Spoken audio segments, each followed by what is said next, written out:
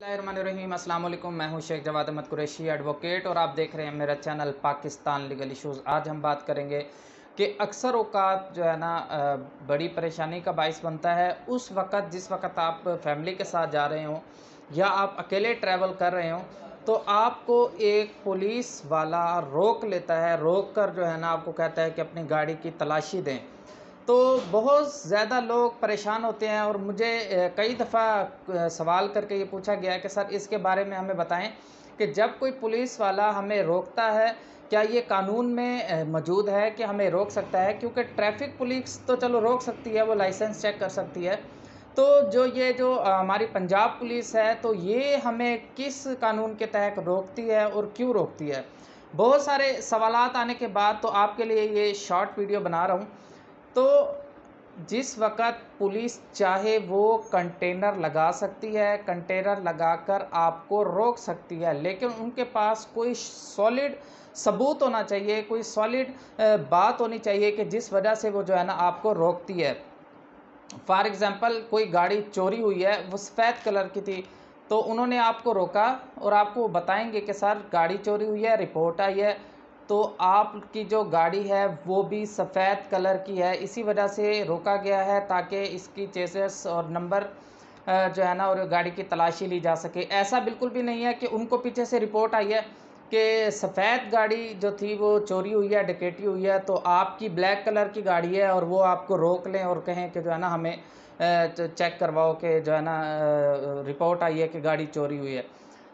Police का जो rule है 2002 के अंदर 125 आर्टिकल के तहत जो है ना पुलिस को इख्तियार है आर्टिकल 125 के तहत कि वो आपको रोक सकती है और रोक कर चेक कर सकती है।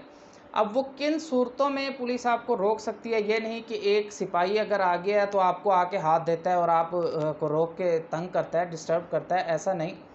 मौके के ऊपर एक उनका ऑफिसर का मौजूद होना भी ज़रूरी है, कोई एएसआई का होना ज़रूरी है और उनके पास सॉलिड कोई प्रूफ हो, सबूत हो कि हमें पीछे से इतला आई है, फ़लाँ जगह पर ये मामलात हैं तो आपको रोक कर, या दहशतगर्दी का कोई ख़तरा है या कोई बंदा असला लेकर जा रहा है, मंशियात लेकर जा रहा है, तो इस सूरत के अंदर जो है ना वो रोक सकता है। अब ये नहीं कि उनको इतला पीछे से आई है जीएलआई की और वो मेहरान को चेक करने लग जाएँ या तंग करने लग जाएँ, तो इस तरह का नहीं होता।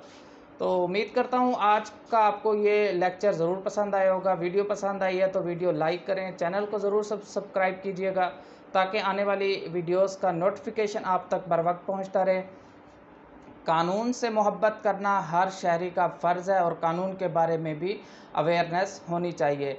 परेशानी उस वक़्त पैदा होती है जिस वक़्त लोगों को कानून का पता नहीं होता, उनका कॉन्फिडेंस लो होता है। जिस वक़्त आपको कानून के बारे में पता होगा, आपको इल्म होगा, आपको नॉलेज होगा, तो आपका कॉन्फिडेंस भी बिल्ट होगा और आप कॉन्फिडेंस के साथ जो है ना पुलिस के साथ या किसी भी शख्स के साथ आप बात कर सकते हैं। कॉन्फिडेंस कैसे आता है? कॉन्फिडेंस तब आता है जब आपके पास नॉलेज हो, इल्म हो।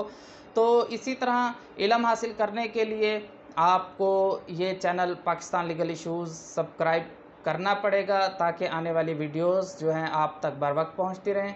तो उम्मीद करता हूँ आज की वीडियो आपको पसंद आई होगी। वीडियो पसंद आई तो लाइक करें, कमेंट ज़रूर कीजिएगा। कमेंट कर जब आप करते हैं तो हमारी हौसला अफजाई होती है। मिलते हैं एक और अच्छी सी वीडियो के साथ, तब तक अल्लाह हाफिज़।